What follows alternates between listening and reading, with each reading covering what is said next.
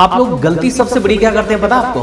10th की board की परीक्षा देख के आते हैं, बहुत मेहनत की हुई होती है, पूरा रूटीन से पढ़े हुए होते हैं और अच्छे नंबर भी आते हैं, परसेंटेज बढ़िया लेकर के आते हैं और सब कुछ ठीक ठाक है। और जैसे ही 11th के अंदर आए आप मजे करेंगे, कुछ नहीं करना, मौज हो गई भाई, 11th क्लास है, मजे करने का है, मैंने तो 12th में करेंगे। और सबसे बड़ी गलती यही स्टूडेंट करते हैं। साथियों, 10th के बाद में जैसे ही बच्चा 11th में आता है, चाहे आप कोई भी सब्जेक्ट लो, चाहे साइंस लो, कॉमर्स लो, आर्ट्स लो, एग्रीकल्चर लो, कोई भी सब्जेक्ट लो, बच्चा 11th को बहुत हल्के में ले लेता है, सीरियसली लेता ही नहीं है और सोचता है कि यार क्या है, 11th में तो ऐसे ही मजे करेंगे और 12th के अंदर हम पढ़ने वाले हैं।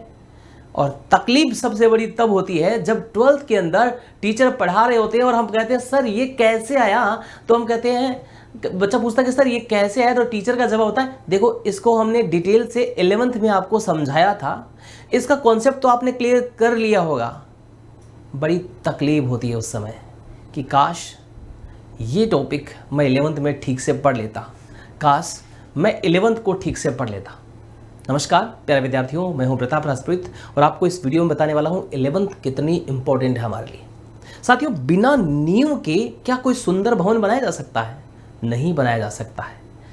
जब हम छोटी क्लास में एडमिशन लेते हैं, जिसको हम नर्सरी, केजी, प्रेप जो कहते हैं, वो चीज़ें सीखे बगैर क्या हम ABCD E 1 2 3 4 ये सीखे बगैर कोई बड़ा सेंटेंस बोल सकते हैं, कोई बड़ा मैथ्स का कैलकुलेशन हम कर सकते हैं? संभव ही नहीं है। ठीक इसी तरह से 12th का बोर्ड आपका अच्छा जाए, 12th आपकी बहुत शानदार और जानदार जाए, चाहे आप किसी भी स्ट्रीम के स्टूडेंट हैं, उसके लिए 11th आपके लिए नींव के पत्थर की तरह काम करता है। और 11th को अगर आपने हल्के में ले लिया, 11th को अगर आपने ठीक से नहीं पढ़ा, तो 11th तो आपका गया, उसके साथ में 12th में आप बहुत परेशान होते हो। और कई तो विद्यार्थी ऐसा करते हैं फिर कि यार अब तो कुछ समझ नहीं आ रहा, बहुत परेशानी आ रही है, इसलिए फिर वो 11th में कोई कॉन्सेप्ट क्लियर नहीं होता। जब टीचर कहता है ये तो 11th में हमने पढ़ाया था, ये आपको 11th में देखो हमने ये कराया था, तब मजबूरन 12th का इंपॉर्टेंट जो हमारा टाइम है, बोर्ड का जो टाइम है, उसको छोड़ करके 11th के उस टॉपिक को किसी यूट्यूब पर जाकर के सर्च करता है, यार पहले मैं इसका कॉन्सेप्ट क्लियर कर लूं ताकि मैं 12th का समझ सकूं। यानी एक 12th की बोर्ड परीक्षा का जो चीज़ें हैं, टॉपिक है, सिलेबस है, उसको समझने के लिए 11th हमारे लिए बहुत मायने रखता है, बहुत इंपॉर्टेंस है इसका। दूसरी बात क्या आती है, मैं ये नहीं कहता कि यार आप 10th करके आए हैं तो 11th में भी 10th की तरह पूरी जी जान पूरा एकदम वैसे के वैसे करें, लेकिन इतना भी हल्का नहीं ले जाए, इतना भी हम उसको नहीं कर रहे कि भाई कुछ भी नहीं करें। आप 10th में 100% अपने आप को देते थे तो कम से कम 80% तो दो। अगर 80% भी आगे 11th के अंदर आप दोगे ना, तो निश्चित रूप से मेरा ये दावा है, मेरा ये वादा है कि आपका 12th जो है ना वो अपने आप अच्छा हो जाएगा। आपको मजा आएगा जब क्लास बोर्ड के अंदर जब आपको 12th टीचर पढ़ाएंगे तो आपको अच्छा सर ये तो 11th में हमने बहुत अच्छे से कर रखा है। मेरे बहुत सारे ऐसे स्टूडेंट हैं जब वो CA फाउंडेशन के अंदर जाते हैं तो मुझे कहते हैं कि सर हमें बहुत मज़ा आ रहा है क्योंकि 11th 12th के अंदर आपने कॉन्सेप्ट बहुत अच्छे से करा रखे थे, तो हमें पढ़ने में बहुत मज़ा आ रहा है, समझ में आ रहा है, बहुत अच्छा लग रहा है। तो यानी ये चीज़ें जो 11th आपका जो एकदम नींव है, आपका बेस जो है, वो 12th में बहुत काम आने वाला है।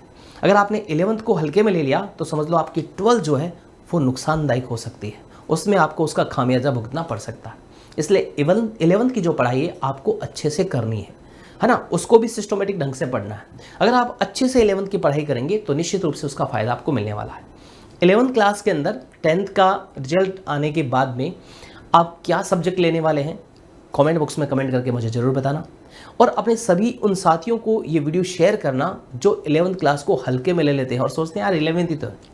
और वे सारे साथी है मेरे जो हमारे उत्कर्ष से जुड़े हुए हैं, जो किसी न किसी माध्यम से कोई भी उत्कर्ष एप्लीकेशन से कोई भी कोर्स किसी भी तरह का ले रखा है और अब सोच रहे हैं कि यार 10th का रिजल्ट आएगा तब देखेंगे, लेकिन उस समय परिस्थितियां अलग हो जाएगी। क्योंकि आपको हमने कहा कि आप हमारे साथी यानी पूर्व के विद्यार्थी हो, तो उनके लिए हम स्पेशल कोई अलग चीज़ लेके आए, तो वो 30 अप्रैल तक ही है, तो वो जरूर आपको ध्यान रखना है, ये मिस नहीं करना। जो आपके जितने भी हमारे पेड स्टूडेंट हैं, जो चाहे वो क्रैश कोर्स कर रहे हैं, चाहे कोई टेस्ट सीरीज़ कर रहे हैं, किसी भी तरह, तो ये आपको 50%, साथ ही 50% लगाने पर जो आपको कूपन कोड लगाने पर जो आपको बेनिफिट मिल रहा है, ये बेनिफिट आपको जरूर लेना है। क्योंकि ये बेनिफिट आपको 30 अप्रैल तक के मिलने वाला है, बाद में ये आपको नहीं मिलने वाला। तो ये स्पेशली आपको ध्यान रखना है जो विद्यार्थी बोर्ड दे करके 11th के अंदर आने वाले हैं। तो 11th के सभी साथियों को बताना है कि हमारी नींव 11th की एकदम स्ट्रॉन्ग करनी है, और 12th पर जो भवन जो 12th का हमारा बनने वाला है ना, बहुत सुंदर बनने वाला है, और 12th के परसेंटेज भी हमारे बहुत अच्छे जाने वाले। Thank you so much.